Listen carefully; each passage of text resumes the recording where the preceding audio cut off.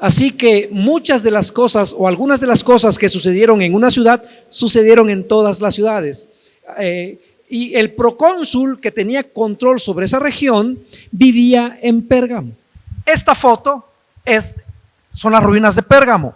Pérgamo estaba ubicada en una colina, 300 metros sobre el nivel. Así que cuando las personas iban llegando por las edificaciones, asemejaba o daba la idea de una corona. Era una ciudad que imponía a la vista. Y el procónsul que vivía ahí tenía lo que se denominaba el poder de la espada. No por el poder de Ra, no, el poder de la espada. Y el poder de la espada significaba que el emperador podía decidir quién vivía o quién moría. O sea, y el procónsul vivía ahí. Tenía templos muy ostentosos, muy vistosos. El templo que sobresalía fue el dedicado a Zeus, porque tenía una plataforma de 13 metros de altura. Había templos a Júpiter, a Sóter, a Asclepio. Ahorita ustedes van a identificar a este dios o a este templo que ellos tenían erigido. Asclepio, el templo estaba escarbado sobre la roca. Para los griegos era Asclepio, pero los romanos le cambiaron el nombre a Esculapio. ¿Lo recuerda? ¿Le suena a alguien que ha escuchado esa palabra Esculapio? El templo de Esculapio tenía una escuela. La imagen del templo de Esculapio era una serpiente. Y en esa escuela del templo de Esculapio, entre el año 129 y el año 200, tomó clases Galeano o Galeno. ¿Alguien le recuerda de qué es?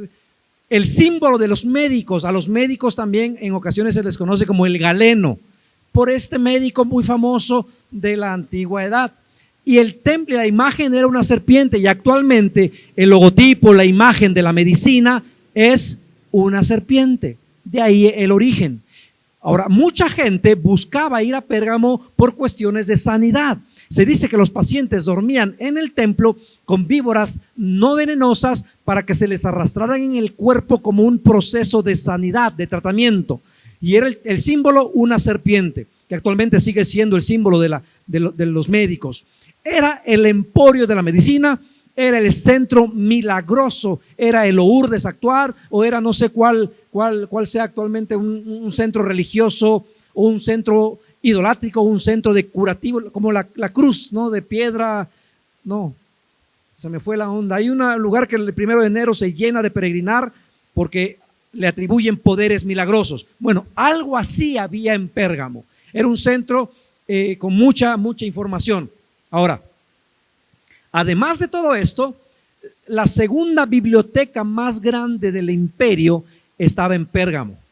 Había más de 200,000 libros en esa biblioteca. Fue un regalo que hizo Marco Antonio a Cleopatra. Marco Antonio, él se consideraba como un protector de la cultura griega, y le regala a Pérgamo una biblioteca de 200,000 volúmenes. La única biblioteca más grande es la que quizá han escuchado más si les gusta la historia, es la que estaba en Alejandría, en Egipto. Era la única más grande, era la más grande, y después de esa venía la biblioteca que estaba en Pérgamo. Todos estos templos de adoración, toda la superstición que había, hacía que la vida para los cristianos fuera difícil. Hacía que la vida para los cristianos fuera complicado. Porque según testigos de la época, los habitantes de Pérgamo se dedicaban principalmente a la idolatría. Así como de que ¿a qué se dedica? No, pues yo al chisme. No, yo nada más me levanto y yo veo qué chisme hay nuevo y a eso me dedico. ¿A qué te dedicas? No, pues a ver qué Dios nuevo hay, qué templo nuevo hay, cuál está de moda, en cuál hay una fiesta hay. Pues nada más se dedicaban a la idolatría la mayoría de las personas. Y los cristianos eran forzados a ofrecer incienso, porque al igual que en las otras ciudades, Efeso, Esmirna, también en Pérgamo se obligaba, o una práctica así obligada, porque era la adoración al César, es que decían Kaiser Curios, que quiere decir el César es Señor. Y negarse a decir el César es Señor era prácticamente ser condenado a la muerte. Kaiser, no sé si les suena, si han leído en la historia el Tercer Reich o en la Alemania nazi, Hitler era el Kaiser, era el César, era un título de autoridad. Los cristianos no decían César es el Señor porque para ellos Jesús, el Mesías, es el Señor. ¿Por qué digo todo este contexto? Porque si no sabemos el contexto de la carta de la carta que se les dirigió, podemos perder el impacto que tenía para los lectores primeros esta carta a Pérgamo. Para los cristianos, decir César es el Señor era imposible, porque Jesús es el Señor. Los cristianos no tenían un templo para ir a adorar, porque ellos se atrevían a decir que su cuerpo mismo era un templo. Los cristianos no iban a Esculapio para buscar sanidad. Ellos buscaban el gran sanador. Y eso hacía que los cristianos fueran muchas veces aislados, vistos mal, tratados mal. Ser cristiano en Pérgamo era complicado. Pérgamo era una ciudad impotente. Además, el concilio que se encargaba de todo lo relacionado a la religión del Estado estaba en Pérgamo. Y ahorita vamos a ver algo más que dice los primeros versos, que hacía aún más complicada la vida para el cristiano en Pérgamo. Apocalipsis 2, verso 12. Vamos ahora. Padre, gracias porque tu palabra es viva, es eficaz, es real, es actual, es vigente. Que tu Espíritu Santo nos ayude a recibirla en las áreas que necesitamos recibirla. Gracias, Señor, en el nombre de Jesús. Amén. Escribe esta carta al ángel de la iglesia de Pérgamo. Bueno, es la misma introducción para cada carta, así que ya la hemos visto en otras semanas. Este es el mensaje de aquel que tiene la espada aguda de doble filo. Lo primero que vemos, nos preguntamos el mensaje de aquel que tiene la espada. ¿Quién es aquel? ¿Quién es el que tiene la espada aguda de doble filo? Jesús. Hace referencia a Jesús mismo. Así que esta congregación debe escuchar esta carta como escuchar la palabra misma de Dios. Y una espada, mientras más afilada, mientras más aguda, más efectiva, ¿no es cierto? Dice Isaías 55:11, lo mismo sucede con mi palabra, la envío y siempre produce fruto, logrará todo lo que yo quiero y prosperará en todos los lugares donde yo la envíe. La espada de dos filos es obviamente corta de los dos lados, ¿no es cierto? Tiene doble corte para la parte superior, la parte inferior. La ley y el evangelio. La ley juzga y el evangelio consuela. Y la iglesia de Pérgamo, cuando terminemos de verla, experimentará las dos cosas, tanto el juicio como el consuelo. Y la imagen que viene a la mente, o que me viene a la mente cuando escuchamos la frase, el que tiene la espada aguda de doble filo, es la imagen de Cristo mismo. Simbólicamente, la espada es la palabra de Dios. La Biblia dice, la palabra de Dios es como una espada. Pero Cristo mismo es el verbo de Dios, así que Cristo mismo es la espada. La espada, Cristo es lo que corta. Apocalipsis 19:13 dice, estaba vestido de una ropa teñida en sangre y su nombre es el verbo, el logos, la palabra, el verbo de Dios. Cristo mismo es una espada y Él mismo sostiene la espada. Como espada, entonces decimos, la palabra, la espada, penetra, corta, separa, divide. La espada hiere el orgullo, penetra el alma, destruye falsas doctrinas, apaga dardos de fuego de Satanás. ¿Por qué es importante saber todo este contexto? Porque los de Pérgamo necesitan la espada. Están viviendo en una ciudad sumamente idolátrica, sumamente con muchos dioses, viven en una ciudad con mucha información. Además, necesitan como cristianos palabra de Dios, Cristo mismo en forma del Espíritu Santo para combatir las doctrinas diabólicas. ¿Por qué la importancia del estudio personal de la Biblia? Porque necesitas responder cualquier ataque con la palabra. ¿Recuerdan cuando Jesús fue llevado al desierto por el Espíritu para ser probado, para ser tentado? ¿Con qué respondía Jesús cada tentación? Con la palabra. Satanás lo vio y le lanza ahí un buscapié, le dice, sí, pues yo también me sé la palabra, porque no enviará Dios ángeles para que tu pie no tropiece. Y Jesús le sigue contestando con la palabra. Y si nosotros no sabemos la palabra de Dios, no sabremos cómo argumentar. Y la palabra, Pedro dice que debemos presentar defensa. Si el único salmo que te sabes es el Salmo 23, con eso vas a responder todo. Oye, ¿por qué debo sujetarme? Porque el Salmo 23 dice Jehová es mi pastor, no, ¿verdad? No tiene nada que ver, pero es lo único que te sabes. Estudia la palabra. Y los de Pérgamo necesitan la palabra por el contexto en que viven. Así que, con este contexto, con esta referencia, Cristo se está poniendo en actitud de batalla.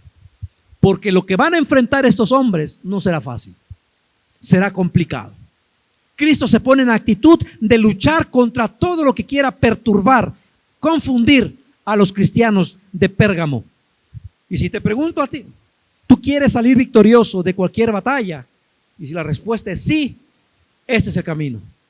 Toma la espada, pero más importante aún, que la espada te tome a ti. ¿Cómo proclamar? ¿Cómo defender el cristianismo en una ciudad tan pagana como Pérgamo? Y actualmente, iglesia, hermanos, hermanas, cada vez seremos blanco de más ataques la iglesia cristiana. Si tú como padre no te preparas, las nuevas generaciones vienen más contestatarias, vienen más, no sé si reflexivas, pero vienen más, ¿qué palabra usar? Contestan más. Nuestra generación, mi generación, se sometía a los padres porque eran los padres, porque lo digo yo. La generación de ahora, cuando dices, obedéceme, el hijo responde, ¿por qué? Porque soy tu padre, yo soy tu hijo. Porque yo vivo en esta casa, yo también vivo en esta casa. ¿Cómo contestas? ¿Cómo argumentas? Tienes que tener la espada y que la espada te tome a ti. ¿Cómo proclamar o defenderse ante las nuevas ideologías, nuevas corrientes que vienen avasallando? Y si el cristiano no se prepara, no solamente en la palabra, sino en ciencia, en tecnología, en medicina, en poesía, el cristiano debe ser el más informado, debe prepararse. Romanos 1:16 dice, pues no me avergüenzo de la buena noticia acerca de Cristo, porque la palabra, el evangelio es poder de Dios en acción para salvar a todos los que creen. La imagen de la espada entonces nos da una imagen de poder, de autoridad, de dominio, de fuerza. Y todo eso lo encontramos en la palabra de Dios.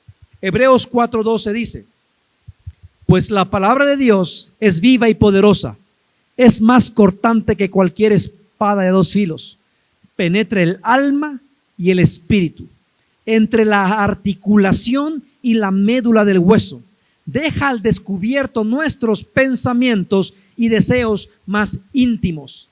Además, el que tiene la espada ya fue mencionado en el mismo Apocalipsis.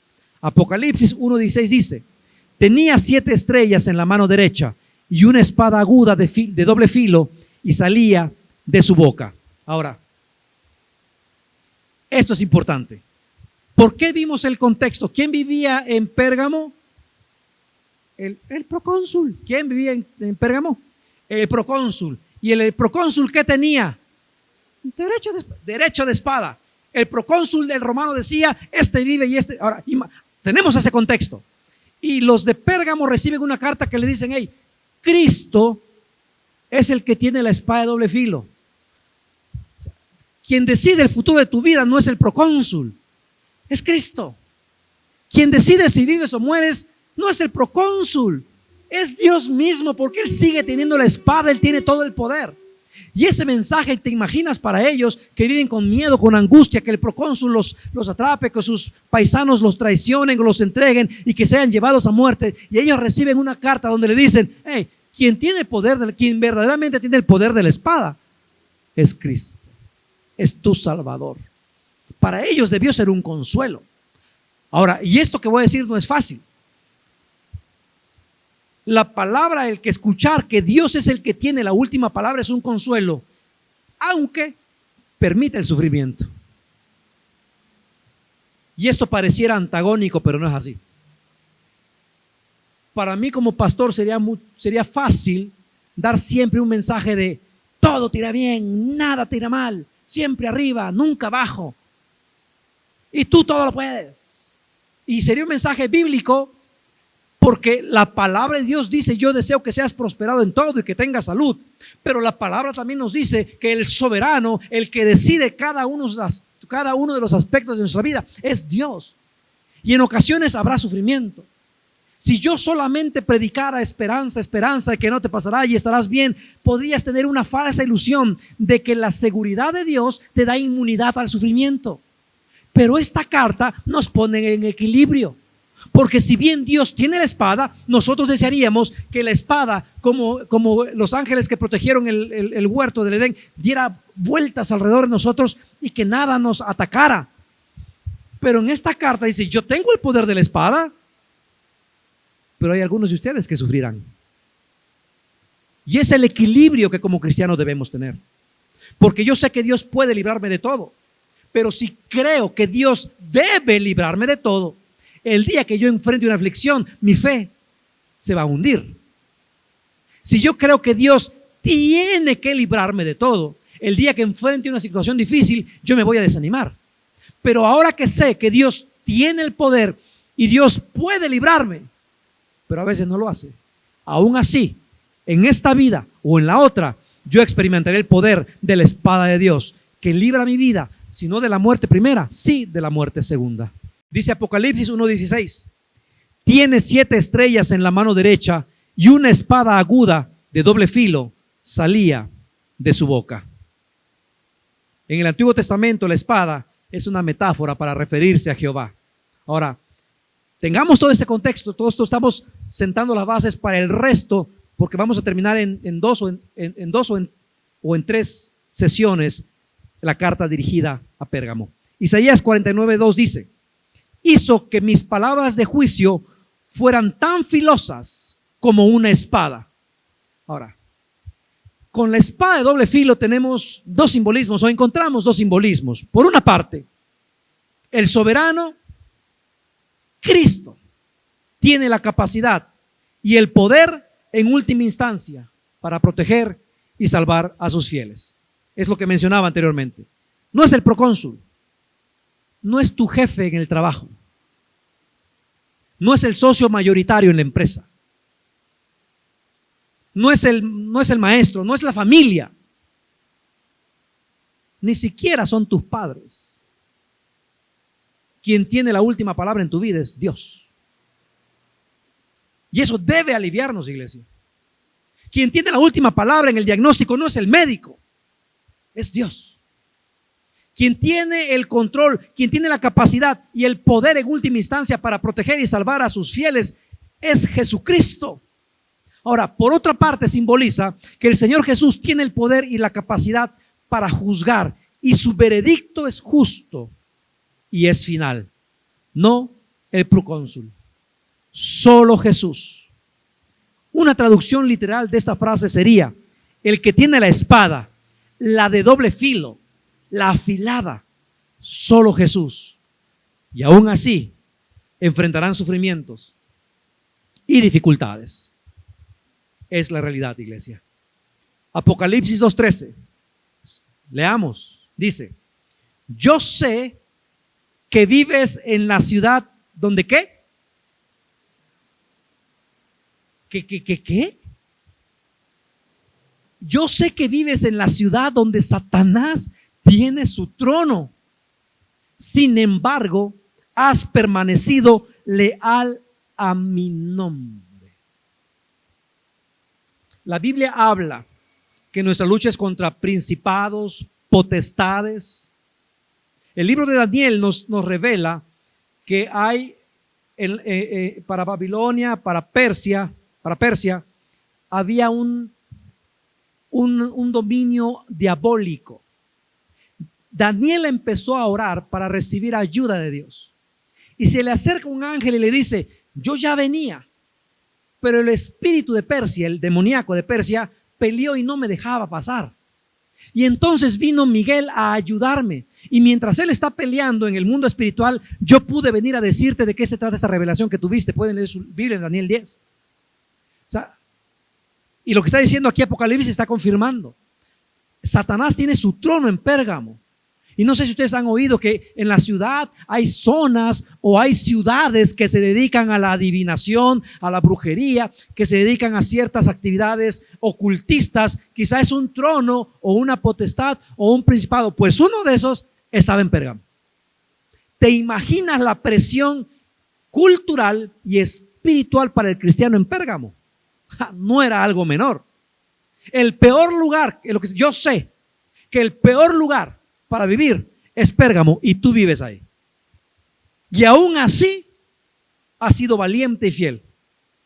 Aún así has dado fe en un lugar donde lo más fácil es quedarse callado, donde lo más fácil es pasarse en la secreta, estar en lo oculto, y has sido fiel a mi nombre. Y cuando la multitud grita, Kaiser Curios, el César es Señor, ustedes no dicen, pues ya no digamos nada, hay que digan lo que quieran, total, hay que se hagan bolas ellos. No solo dicen eso, ustedes dicen, no es cierto, no es César, Jesús es el Señor. Y se arriesgan, se ponen ustedes mismos en peligro. Y ustedes no se han amedrentado, sino que han confesado con valor, Jesús es el Señor. Ahora, ¿qué otra cosa práctica aprendemos aquí? Dios te dice, yo sé con quién estás casado. Si tú dices, ay Señor, cámbiala o te la mando, cámbialo, te lo mando. Yo sé con quién estás casado. Yo sé los padres que tienes. Yo sé los hijos que te chutas. Yo sé el negocio que tienes. Yo sé. La pregunta es, ¿podremos ser como los cristianos de Pérgamo? Que aún viviendo en una situación complicada, amenazada, poder permanecer verdaderos, fieles, valientes y leales a Dios. ¿O lo usamos como argumento? Señor, tú sabes que yo quiero ser, pero no me deja. Señor, tú sabes que yo lo intento, pero es que en el trabajo, Padre. Tú sabes que yo quiero, pero mis papás, hijo, Señor, ya. Yo sé.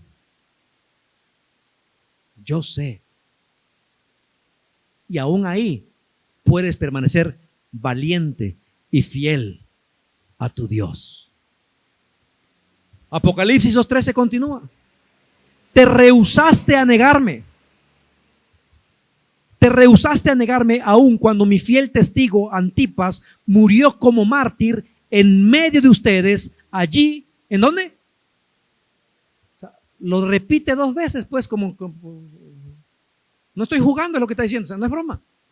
Vives en una ciudad complicada. Vives en una ciudad complicada y te rehusaste a negarme. Pero sabes, no negar a Dios es un don de Dios. No negar a Dios es un don de Dios. Si niegas a Dios, cuidado, porque entonces Dios aún no es el Dios de toda tu vida. Primera de Corintios 12:13 nos lo dice. Por lo tanto, quiero que sepan que nadie que habla por el Espíritu de Dios maldice a Jesús. Y nadie puede decir que Jesús es el Señor, excepto por el Espíritu Santo. Si te avergüenzas o ante una situación de peligro, tú no puedes decir que Jesús es el Señor. El Espíritu Santo no ha hecho posesión total, absoluta de ti. Para evitar broncas, o podemos decir, soy cristiano, Jesús es mi Señor. El valor de los cristianos fue puesto a prueba. Lo que ellos viven es horrible. ¿Podemos volver a la diapositiva anterior, por favor, a la imagen anterior? Te rehusaste a negarme, aun cuando mi fiel testigo Antipas, la mayoría de los estudiosos creen que Antipas era el pastor de la iglesia en Pérgamo. Y que ese murió como mártir en medio de ustedes es literal. Arrastraron al pastor, lo sacaron del templo y lo asesinaron, lo martirizaron ahí. Una dura prueba en Pérgamo. Aprendemos 3 lecciones, muchas, pero quisiera mencionar 3 puntos. Primero, el conocimiento, los avances tecnológicos, científicos, los avances educativos, la educación más variada, pueden ir de la mano de las más crueles persecuciones y las más graves aberraciones. Uno pensaría, tenemos más avances tecnológicos, tenemos más avances científicos, hay más avances en educación, hay más gente preparada. Sin embargo, estamos viviendo en épocas en que vemos las aberraciones más abyectas, en que vemos cosas que pensaríamos que no podríamos ver en pleno siglo XXI. La ciencia ha avanzado, la educación ha avanzado, yo creo que debería haber menos conflictos, y es cuando más hay. Pérgamo, 200,000 volúmenes en su biblioteca, información de todo, medicina, ciencia, poesía, matemáticas, arte, pero también una ciudad llena de idolatría, superstición, persecución a los cristianos. ¿Cómo puede ser posible? ¿Cómo puede ser posible? Pero sabes, de la misma forma como hoy en día, con tantos adelantos científicos, con mayor tolerancia, vivimos aberraciones. Cuando se dice que hay mayor tolerancia, es relativa. Hay mayor tolerancia a los que están de acuerdo con lo que piensan. Pero si estás en desacuerdo, los que se dicen tolerantes se vuelven intolerantes. En una época de mayor avance científico, de mayor avance tecnológico, ¿cómo es posible que se debata si la vida en el vientre de la madre es o no un bebé humano? No es un bebé, son células. ¿Cómo es posible? Ahora se ha privilegiado el que cada quien diga lo que quiera, y eso está bien, pero aún por encima de lo que es veraz, hay un conflicto. ¿Cómo es posible que se privilegie, y es correcto, que cada quien diga lo que quiera? ¿A qué voy? A esto. Si yo me identifico con un caballo, es mi problema. Yo quiero identificarme. Pero que el gobierno te quiera obligar a ti a que me trates como tal, ¿cómo es posible? Yo puedo identificarme como lo que yo quiera, estoy en mi derecho y no hay problema con ello. Pero si yo quiero obligar a que el gobierno te obligue a ti a que me trates como tal y me digas lo que yo soy, un caballo, y te demando si no me tratas, si no dices que yo soy y me ves como tal, ¿cómo es posible? Pérgamo le da una respuesta. Hay un poder detrás. Hay un poder detrás. Hay un poder diabólico que subyace en muchas cosas que vemos actualmente. Dice un escritor que no recuerdo el nombre, que los prógromos o la persecución judía, que los campos de exterminio nazi fueron ideados más que en un arrabal, en oficinas con hombres de corbata y saco. Pero el fondo fue creado en el infierno. Lo primero que vemos entonces es, puede haber mucho conocimiento, mucha cultura, mucho avance, pero al mismo tiempo convivir con muchas aberraciones, con muchos problemas. Lo segundo que vemos, la valentía de los cristianos es de reconocer, es de alabar, cuando se mantienen firmes aún con todo y sus luchas. Dios es para nosotros hoy.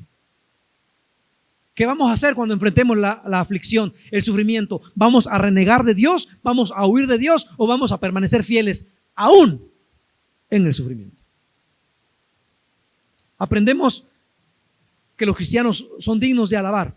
Antipas, el pastor, fue martirizado el 11 de abril bajo el gobierno de Domiciano, poco antes que se escribiera el Apocalipsis.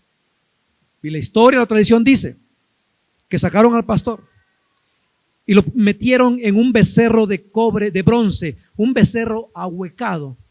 Lo metieron y lo pusieron bajo fuego.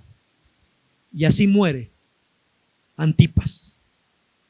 Y una vez asesinado el primer cristiano, se sentó el precedente para los demás. Tercero, aprendemos a no juzgar con ligereza a los hermanos débiles, sin antes tratar de comprender sus circunstancias. Aprendemos a no juzgar. Solo quien ha tenido un hijo en las drogas puede entender a otros padres sin juzgarlos, sin apapacharlos, pero sin juzgarlos. Solo quien ha pasado por un divorcio puede entender a otros en situación similar. No de que se le aplauda, pero no se le juzga, se le entiende. Pero solo alguien que ha pasado por algo similar. Solo quien se ha casado con la esposa embarazada puede entender a otro matrimonio que se ha casado igual. No para apapacharlos y felicitarles, para confrontarlos, pero en amor, no para juzgarlos. Cuando no has pasado por situaciones difíciles, es muy fácil juzgar y juzgar demoledoramente. Ay, qué pecador, qué pecadora, mira qué debilucho, si yo fuera. No, hasta que no pases por una situación similar, entenderás. Estos creyentes viven en lo que el Espíritu dice, la ciudad donde Satanás tiene el trono. Una ciudad de Satanás. Apocalipsis 2:13.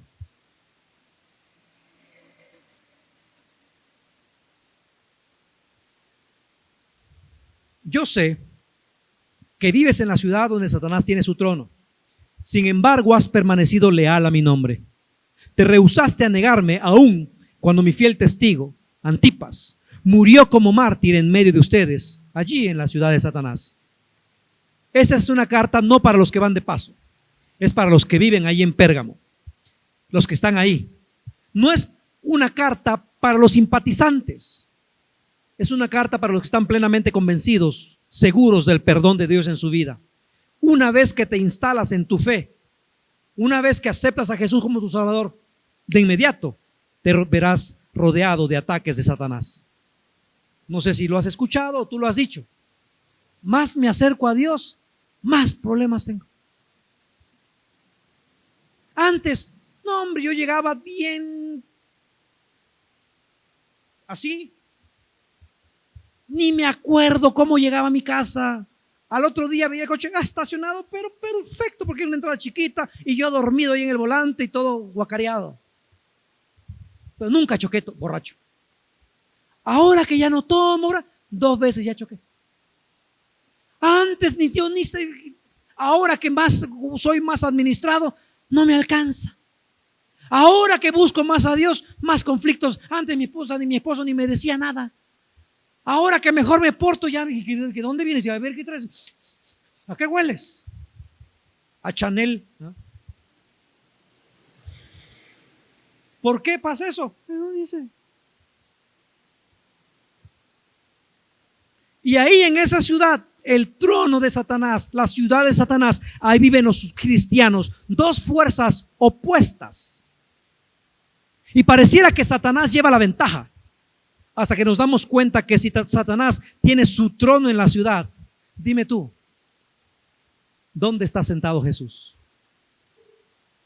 En el trono mismo de Dios. Cuando los de Pérgamo escuchan esta carta, ¡wow!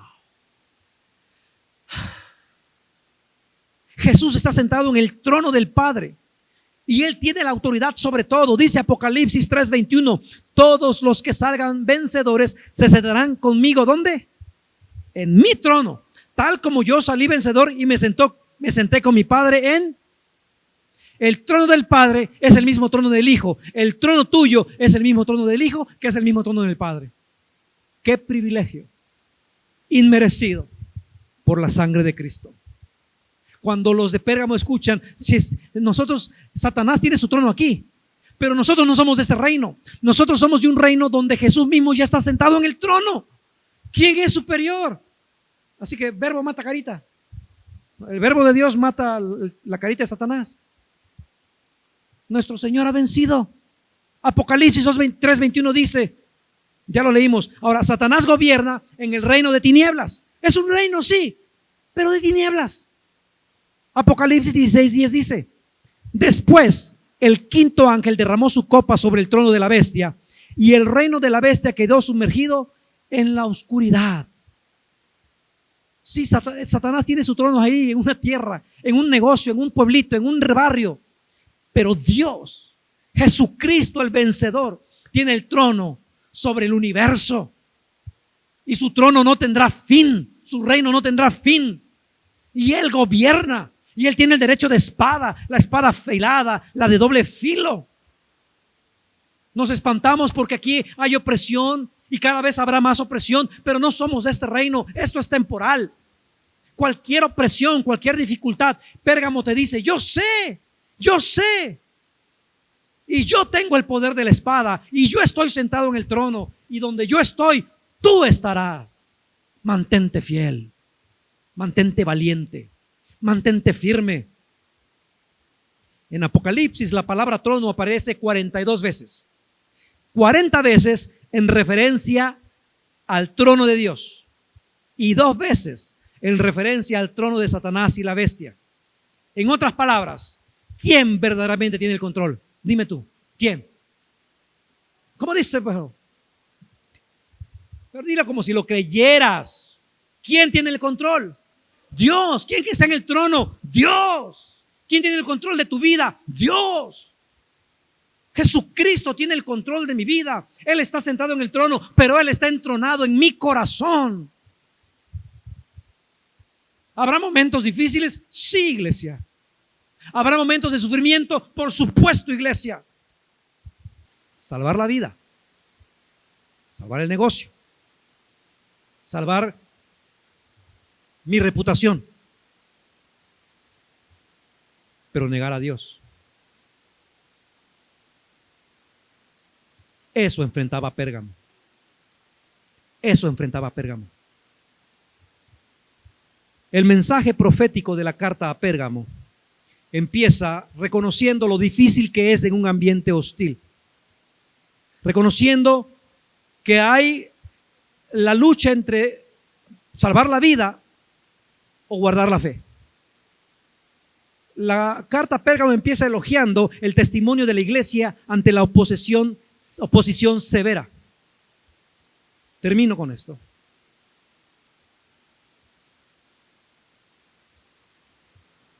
Dios sabe cada prueba, cada dificultad que estás enfrentando. Dios la sabe. Dios la sabe cuántas veces has dicho: ya no aguanto más, ya me quiero ir. O quizás has dicho: Señor, ya no quiero despertar mañana, ya no quiero estar aquí. Dios lo sabe. Y Dios hoy te dice: yo sé lo que estás viviendo. Yo sé que es difícil. Yo sé que estás en una situación tensa, pero no tengas miedo, sé valiente. Yo soy el que tiene la espada de 2 filos. Nada te sucederá que sea para destruirte. Nada. Y lo que suceda será para fortalecerte si permaneces fiel. Todo lo que estás viviendo ahora, por doloroso que sea, aunque piensas que Dios no sabe, Él lo sabe. Y Él es el Curios. Jesús es el Señor. Y es posible dar testimonio, porque en medio de esa crisis, en medio de esa situación, incluso en medio de ese ataque diabólico, en medio de esa lucha con la carne, ahí Dios sigue siendo tu Dios y sigue teniendo la espada de doble filo, la afilada. Y Él está contigo. Tenemos que tomar una decisión, iglesia. O peleo con mis fuerzas, o le digo: Señor, no puedo. Toma tú, te entrego mi vida. Porque siendo honestos, ¿cuántas veces hemos peleado con nuestras fuerzas, con nuestras armas? Y le hemos regado. Feo. Hemos empeorado las cosas. Se han solucionado temporalmente. O nos aferramos a seguir peleando con nuestra espadita, o peleamos con la espada de Dios. Y la mejor espada que nos ha dado, ¿sabes cuál es? La oración, la palabra de Dios. Así que yo no sé qué situación estás viviendo, pero la palabra hoy te dice a ti: yo sé que es complicado lo que estás pasando. Yo sé, dice el Señor, pero no temas. Yo tengo la espada. Yo estoy en el verdadero trono. Yo soy tu Dios. Palabra de Dios. Vamos a orar. Ahí en tu lugar, ¿qué estás viviendo? ¿Qué aflige tu corazón? ¿Qué llevas cargando ahí? Dile, Señor, te entrego mi espadita, te entrego mis esfuerzos. Perdóname por haber querido yo tomar el control. No lo hago a propósito, no lo hago para lastimarme, para lastimar a otros. Pero hoy me rindo. Te entrego mi vida, te entrego mi corazón. Y este sufrimiento o esta crisis, esta angustia que tengo en mi corazón por mis padres, por mis abuelos, por mis hermanos, esta angustia que tengo en mi corazón por mis propias luchas, por mi pensamiento, esta lucha que tengo, Señor, ayúdame a verte cada día. Ayúdame a ser cada día un testigo fiel. Ayúdame a ser cada día un testigo fiel. Y que seas tú mi inspiración al despertarme. Y seas tú mi consuelo al acostarme. Seas tú mi fortaleza durante el día. Tómame, Señor. Toma mi vida. Quiero ser ese vino nuevo. Y que viertas en mí el vino. Padre, oramos por todos aquellos que están en necesidad, en sufrimiento. Oramos por todos aquellos que aún están en enfermedad o en secuela de la enfermedad. Padre, que tú les levantes milagrosamente porque tú tienes el poder, porque tú puedes hacerlo. Que ellos puedan tener sanidad de su cuerpo, de su alma. Si hay alguien que aún está grave, Señor, o en tratamiento, que tú toques su cuerpo en el nombre de Jesús y sea un milagro porque tú puedes. Y ayúdanos a dar testimonio diario de tu fidelidad, de tu bondad, de tu misericordia. En el nombre del Padre, en el nombre del Hijo y en el nombre del Espíritu Santo. Amén. Amén y amén.